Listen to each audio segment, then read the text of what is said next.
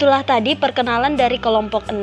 Sebelum kita masuk ke dalam pembahasan inti, saya selaku moderator akan menyampaikan beberapa pokok bahasan yang akan kita bahas nanti. Nah, adapun beberapa pokok bahasan tersebut, yang pertama adalah kita akan membahas tentang pengenalan virus, di mana di sini kita akan membahas mengenai pengertian, sejarah, serta bagaimana peranan virus tersebut terhadap lingkungannya, begitupun dengan bagaimana sifat-sifat yang dimiliki oleh virus. Pokok bahasan yang kedua yaitu tentang struktur virus. Di sini akan membahas tentang bagaimana komponen penyusun virus, baik itu di luar tubuh virus, di dalam tubuh virus, atau bahkan susunan senyawa kimia dalam virus.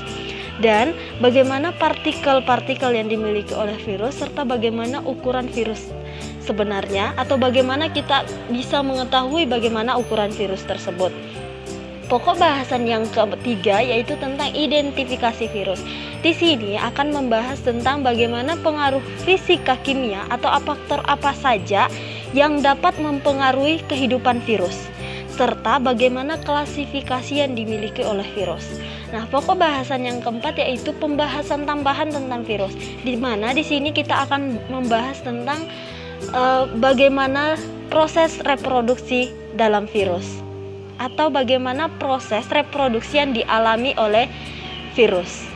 Memaparkan tentang pengenalan virus, di mana pengertian dari virus itu sendiri merupakan parasit intraselular obligat yang berukuran antara 20-30 nanometer. Bentuk dan komposisi kimianya bervariasi, tetapi hanya mengandung RNA atau DNA saja. Partikelnya secara utuh disebut virion, yang terdiri dari kapsid yang dapat terbungkus oleh sebuah glikoprotein atau membran lipid, dan virus resisten terhadap antibiotik. Bentuk virus berbeda-beda, ada yang bulat, batang polihidris, dan seperti huruf T. Baiklah, selanjutnya saya akan menjelaskan tentang sejarah ditemukannya virus. Virus ditemukan pertama kali pada tahun 1883, di mana Adolf Meyer menemukan sebuah penyakit mozaik. Kemudian pada tahun 1892, penelitian ini dilanjutkan oleh Dmitri Ivanovsky, di mana beliau mengemukakan bahwa penyakit ini disebabkan oleh bakteri yang lebih kecil atau toksik dari bakteri. Tetapi pada tahun 1897, peneliti dari Belanda yaitu Martinus Beijeriach mengemukakan bahwa agen infeksi berproduksi bukan bakteri, melainkan cairan pembawa penyakit. Kemudian pada tahun 1935, peneliti dari Amerika Serikat yaitu Wendell M. Stanley berhasil menemukan sebuah pengkristalan penyakit mozaik atau TMV. Pada tahun 1839, German GA dan Haruska merupakan orang yang pertama kali berhasil melihat virus mozaik atau TMV dengan menggunakan mikroskop. Baik, perkenalkan, nama saya Ibu Sudiana, NIM 19252158. Saya akan melanjutkan materi dari teman saya, yaitu sifat-sifat virus. Sifat-sifat virus itu ada 8. Yang pertama itu DNA atau RNA. Yang kedua itu struktur sederhana. Yang ketiga itu dalam sel hidup. Yang keempat itu non-biner. Yang kelima itu ada ribosom, cell helpers. Nah, yang keenam itu ada komponen dan sel helpers. Yang ketujuh itu ada bahan dari sel helpers. Nah, yang kedelapan itu ada virion dan kapsid. Baiklah, di sini saya akan melanjutkan penjelasan dari teman saya. Di sini saya akan menjelaskan bagaimana peranan virus terhadap lingkungannya. Ternyata selain menimbulkan penyakit, ada keuntungan yang bisa kita ambil dari virus. Keuntungan ini diperoleh dari seorang ilmuwan yang bernama David Sanders dari Purdue School of Science, di mana beliau melakukan sebuah pengujian dan dia berhasil menjinakkan cangkang Ebola yang kemudian digunakan sebagai pembawa gen terhadap kepada bagian tubuh yang sakit, di mana pada saat itu ada yang diuji adalah bagian organ paru. Nah, itu adalah salah satu peranan atau salah satu keuntungan yang bisa kita peroleh dari sebuah virus. Nah, sekarang adalah bagaimana penyakit-penyakit yang ditimbulkan virus terhadap lingkungannya, baik itu terhadap hewan, tumbuhan, bahkan manusia. Kita mulai dari hewan dulu. Pada hewan, ada beberapa penyakit yang memang sudah sering terjadi. Yang pertama itu penyakit yang menyerang pada unggas, disebut dengan penyakit tetelo, yang mana penyakit ini disebabkan oleh Newcastle disease virus. Newcastle disease virus, di mana penyakit seperti ini timbul pada hewan unggas seperti ayam. Nah, selain penyakit tetelo, ada beberapa penyakit yang sudah umum, yaitu penyakit rabies yang disebabkan oleh virus rabies itu sendiri. Rabies ini cenderung menyerang pada hewan seperti anjing, monyet, bahkan kucing. Nah, selain dari hewan, kemudian kita lanjut pada penyakit yang ditimbulkan virus terhadap tumbuhan. Nah, penyakit pertama kali yang ditemukan dan sekarang sudah umum itu adalah penyakit mozaik, yaitu penyakit yang terjadi pada tanaman tembakau. Nah, penyakit ini atau penyakit pada tembakau ini diserang atau disebabkan oleh virus yang namanya tobacco mosaic virus, yang biasa disingkat dengan TMV atau TMV. Jadi dia diserang oleh atau ditimbulkan oleh penyakit yang namanya tobacco mosaic virus. Nah, selain pada tanaman tembakau, ada juga virus yang menimbulkan penyakit pada tanaman padi. Penyakit yang ditimbulkan virus dalam tanaman padi ini itu disebabkan oleh penyakit atau virus tungro. Makanya dia disebut dengan penyakit tungro. Nah, selain hewan dan tumbuhan, ternyata virus menimbulkan penyakit tidak terkecuali pada manusia. Justru pada manusia virus bisa disebut menyerang dengan sangat ganas. Karena kenapa? Rata-rata penyakit yang ditimbulkan itu mematikan. Nah, contoh virus yang mulai dari penyakit yang sederhana yang disebabkan oleh virus itu ada virus seperti yang menyerang influenza, yang menyebabkan influenza, ada cacar, dan ada salah satu virus mematikan yang sampai sekarang masih sering terjadi, yaitu penyakit AIDS atau penyakit acute immunodeficiency syndrome, yang dimana penyakit ini disebabkan oleh yang namanya virus HIV atau human immunodeficiency virus.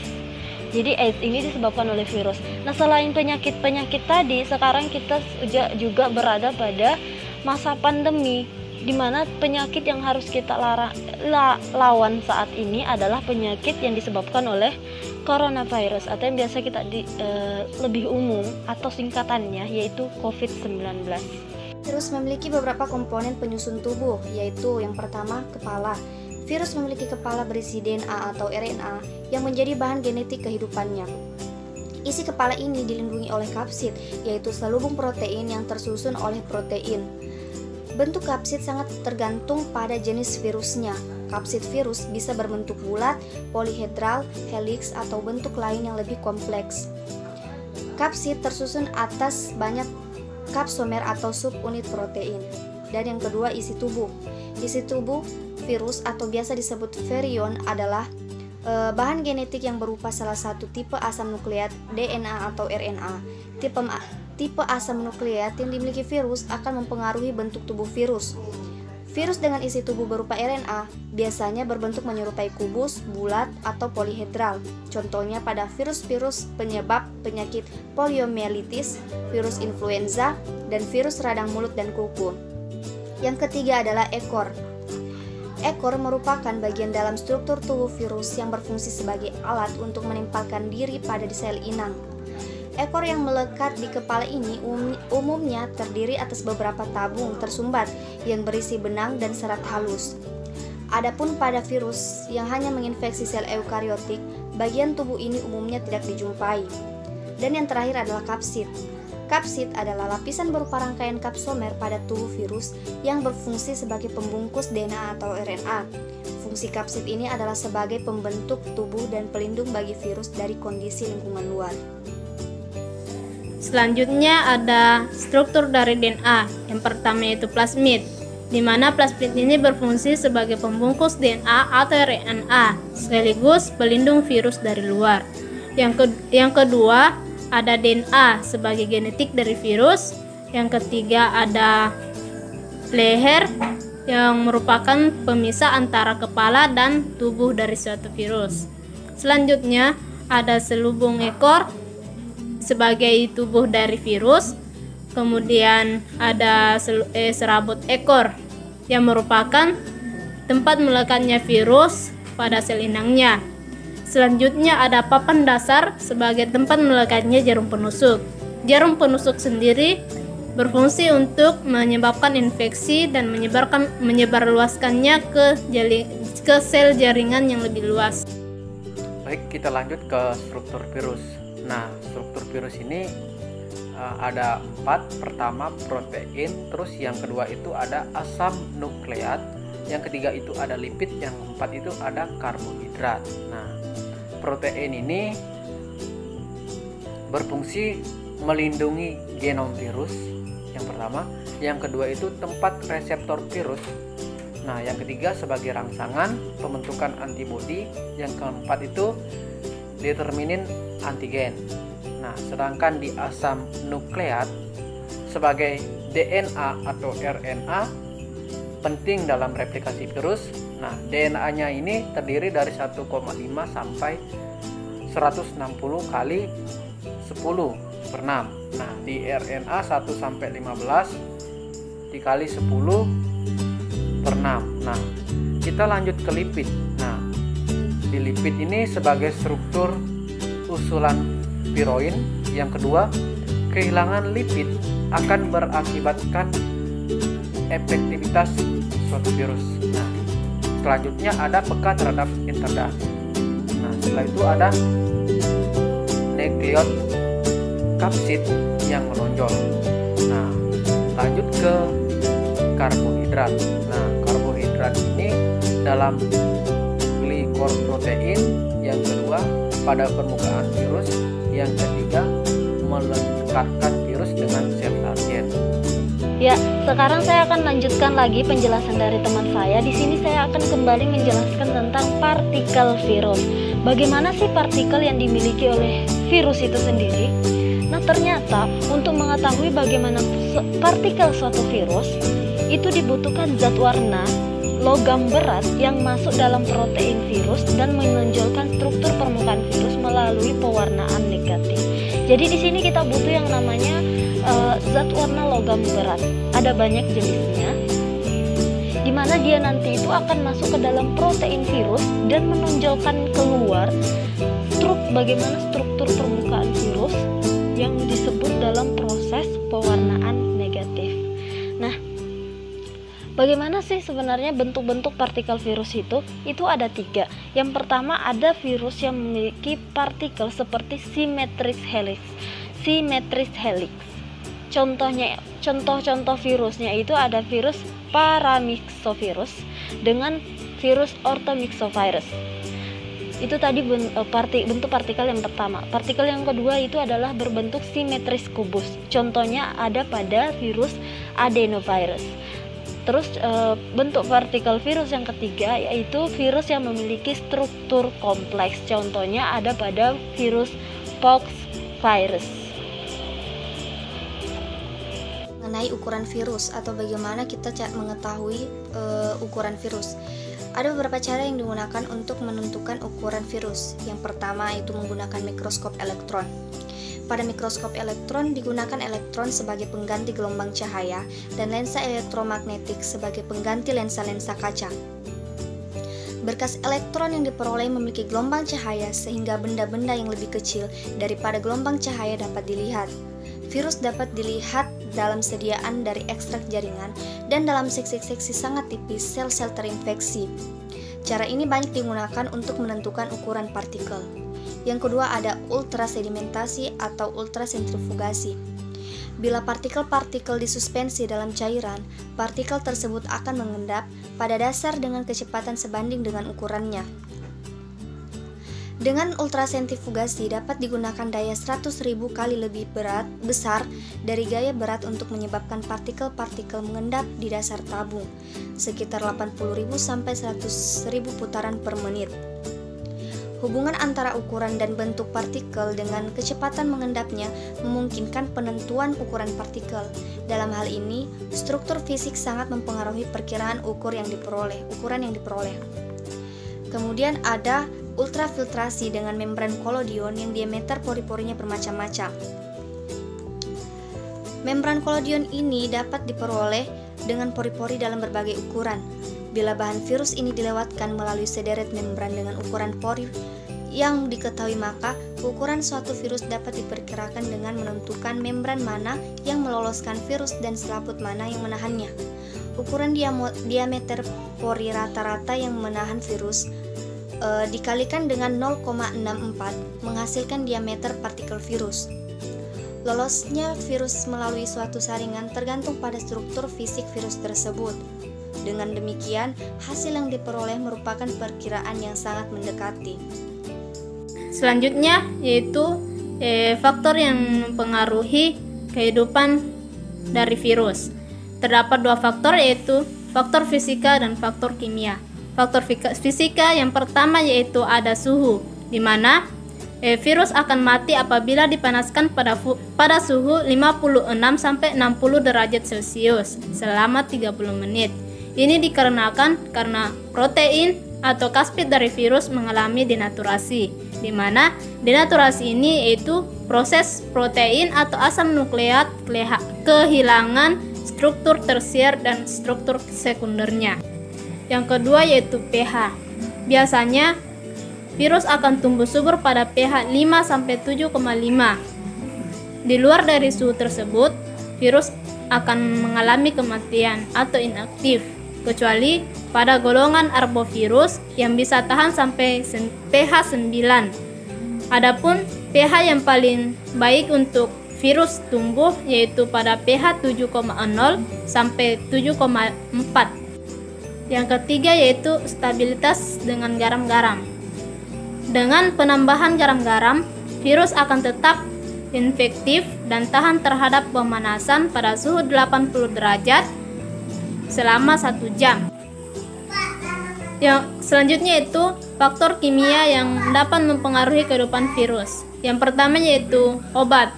Hanya virus tidak sejati yang dapat diobati oleh obat kemoterapeutika. Sedangkan untuk golongan virus sejati diusahakan obat-obat yang dapat mencegah atau menghambat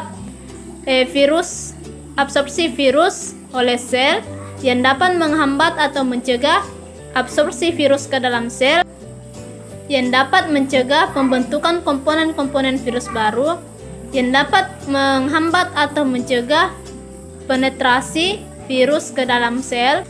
Yang terakhir yaitu yang dapat mencegah atau menghambat pelepasan virus baru dari sel asal ke sel lain. Yang kedua yaitu pewarnaan vital. Virus dapat ditembus sampai tingkat tertentu oleh zat pewarna vital seperti toluidin blue, nether red, proflavin atau acrylic orange. Zat pewarna ini akan diserap dan mengikat asam nukleat virus sehingga virus akan lebih peka terhadap cahaya biasa dan diinaktivasi. Cara inaktivasi ini disebut fotodinamik. Yang ketiga yaitu kepekaan terhadap ether. Ini sangat penting karena dapat menunjukkan apakah virus dalam amplopnya terdapat lipida yang larut dengan ether yang dapat menyebabkan virus mati. Yang keempat, radiasi. Pada umumnya, sinar X atau sinar ronggen, ultraviolet atau UV, dan partikel berenergi tinggi dapat menghilangkan aktivitas virus atau mematikan virus. Ada klasifikasi virus. Nah, klasifikasi virus itu seperti bagaimana sih? Nah, pengertian dari klasifikasi virus itu merupakan virus yang memiliki DNA sebagai materi genetikanya. Terus kita lanjut ke kelompoknya. Nah, ada terdapat dua kelompok dalam virus, yaitu kelompok 1 dan 2. Nah, sedangkan tingkat klasifikasinya itu ada beberapa family dalam klasifikasi virus. Nah, ada dasar klasifikasi terdiri dari penggolongan virus dilihat dari beberapa sifatnya. Terus struktur pada virus ada parvovirade. Terus yang kedua itu ada paeovirade, kemudian adenovirade. Nah, yang ketiga itu ada iridovirade dan Poxiridae. Nah, mungkin itu saja yang bisa saya paparkan. Saya kembalikan lagi kepada rekan teman saya. Sudah dibahas tentang virus DNA. Sekarang saya akan lanjutkan tentang virus RNA. Virus RNA itu merupakan virus yang hanya memiliki RNA sebagai materi genetiknya. Nah, virus RNA ini atau RNA merupakan asam nukleot yang dimana polinukleotidanya itu dia tersusun atas unit-unit monukleotida. Makanya dia disebut dengan rantai tunggal.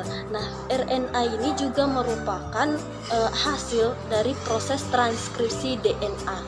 Jadi dia lebih cenderung bersifat polimer, di mana rantainya itu lebih pendek dari rantai DNA. Nah, kalau DNA tadi kan dia berada di inti sel, sedangkan kalau RNA ini sendiri dia berada di sitoplasma, tepatnya di ribosom. Nah, virus RNA ini dia itu merupakan virus yang lebih banyak menimbulkan penyakit pada lingkungannya atau manusia daripada virus DNA. Dari kelompok-kelompok virus RNA ini ada beberapa tingkat klasifikasi berdasarkan kelompok-kelompoknya. Yang contoh atau virus RNA yang pertama ada Reoviridae atau biasa disebut dengan reovirus. Reovirus ini merupakan virus yang berukuran antara 60 sampai 80 nanometer, yang dimana dia itu mengandung double stranded RNA dengan struktur simetris kubikal yang terdiri dari 10 sampai 12 segmen. Virus yang bersifat ikosahedral ini mempunyai kapsid dengan banyak lapisan serta dia tahan terhadap ether. Nah, Reoviridae atau rotavirus yang mempunyai bentuk seperti roda dapat menimbulkan penyakit gastroenteritis pada manusia. Sedangkan yang Orbevirus yang merupakan subgrup kelompok virus ini dapat menyebabkan penyakit coloradoptic atau fever pada manusia dan penyakit lidah biru pada sapi dan biru-biru. Contoh virus yang kedua adalah Togaviridae. Togaviridae ini merupakan suatu kelompok virus dengan genom yang single stranded, mempunyai selubung dan lipid yang sensitif terhadap ether. Di mana virion yang dimiliki oleh virus ini mempunyai selubung dan berukuran garis tengah antara 50 sampai 70 nanometer. Partikel togavirus mengadakan pematangan dengan cara membentuk turus dan membran sel plasma hospes. Nah, secara serologi togavirus dikelompokkan menjadi 3 genus, yaitu ada alphavirus, flavirus, dan rubivirus. Contoh selanjutnya yaitu ada Arenaviridae atau arenavirus. Ini merupakan virus RNA dengan genom negatif sense, di mana single stranded berselubung dan mempunyai virion berbentuk bulat, lonjong atau piomoric, di mana mempunyai banyak bentuk dia kalau Arenaviridae. Nah, nukleotidnya itu dia berfilamen simetri helikas. Sedangkan virus ini itu mempunyai ukuran garis tengah antara 50 sampai 350 nanometer. Nah, semua Arenaviridae atau arenavirus yang patogen bagi manusia merupakan virus zoonosis yang dapat ditularkan dari hewan ke manusia. Klasifikasi yang dimiliki oleh virus RNA ini, yang pertama ada klasifikasi secara taksonomi, yang dimana ini ditentukan oleh Komite Internasional Taksonomi Virus atau ICTV, yang merupakan komite yang memberikan kewenangan dan dalam mengatur klasifikasi taksonomi virus. Nah, menurut ICTV ini terdapat 3 tingkatan takson dalam klasifikasi virus, yaitu famili, genus, dan spesies. Tingkat klasifikasi atau dasar klasifikasi selanjutnya yaitu berdasarkan asam nukleatnya, yaitu di mana virus RNA dikelompokkan dalam virus RNA karena hanya memiliki RNA sebagai materi genetiknya. Contohnya itu ada orthomyxovirus dan paramyxovirus. Tingkat klasifikasi atau dasar klasifikasi yang lain adalah berdasarkan bentuk dasar. Ada beberapa bentuk yang dimiliki oleh virus RNA, yaitu ada bentuk ikasahedral dan ada yang berbentuk helix. Tingkat klasifikasi selanjutnya yaitu berdasarkan ada tidaknya selubung yang melapisi nukleokapsid. Nah, virus yang berselubung atau mempunyai selubung yang tersusun atas lipoprotein atau glikoprotein. Contoh virusnya itu ada brucellvirus dan herpes virus. Tingkat klasifikasi atau dasar klasifikasi selanjutnya itu berdasarkan jumlah kapsomer, di mana ada virus yang memiliki kurang lebih 60 kapsomer. Contohnya itu ada picornavirus. Nah, tingkat klasifikasi selanjutnya yaitu berdasarkan sel inangnya, karena ada virus yang sel inangnya dia itu pada manusia dan ada juga pada hewan. Kalau pada manusia kita kenal biasa, contohnya itu adalah virus HIV atau Human Immunodeficiency Virus, dan kalau pada hewan kita kenal ada yang virus rabies. Nah, tingkat atau dasar klasifikasi yang terakhir yaitu berdasarkan tempat hidupnya. Berdasarkan tempat hidupnya ini dibagi menjadi 7 kelompok pertama. Ada virus tipe 1, 2, 3 sampai virus tipe 7. Selanjutnya kita akan membahas tentang struktur virus RNA. RNA ini merupakan hasil transkripsi dari suatu fragmen DNA seperti yang saya katakan sebelumnya.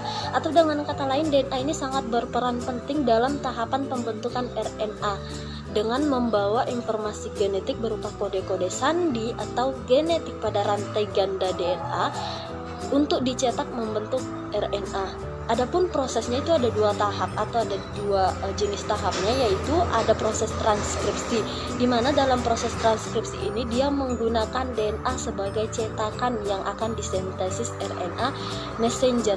Nah, proses ini dia itu terdiri atas 3 tahap yang pertama, yaitu proses inisiasi, elongasi, dan terminasi. Proses atau tahapan yang kedua yaitu proses transisi, di mana merupakan tahap penerjemahan beberapa triplet atau kodon dari mRNA menjadi asam amino yang akhirnya membentuk protein. Nah, setiap triplet terdiri dari urutan basa nitrogen yang berbeda sehingga akan diterjemahkan menjadi asam amino yang berbeda pula. Tahapannya ini juga meliputi 3 tahapan utama, yaitu tahap inisiasi atau tahap pengenalan, tahap elongasi atau tahap pengaktifan asam amino, dan tahap terminasi atau proses yang ditandai dengan adanya pertemuan antara antikodon yang dibawa oleh tRNA menjadi UAA, UAG atau UGA sehingga menyebabkan berhentinya proses translasi. Selanjutnya yaitu tahap reproduksi virus. Yang pertama ada perlekatan, di mana virion dan reseptor spesifik berinteraksi pada permukaan suatu sel. Yang kedua yaitu penetrasi atau penelanan, dicapai melalui sel endosom yang dimediasi oleh reseptor. Yang ketiga, uncoating atau pelepasan selubung, di mana asam nukleat virus dari struktural luar virion dilepaskan.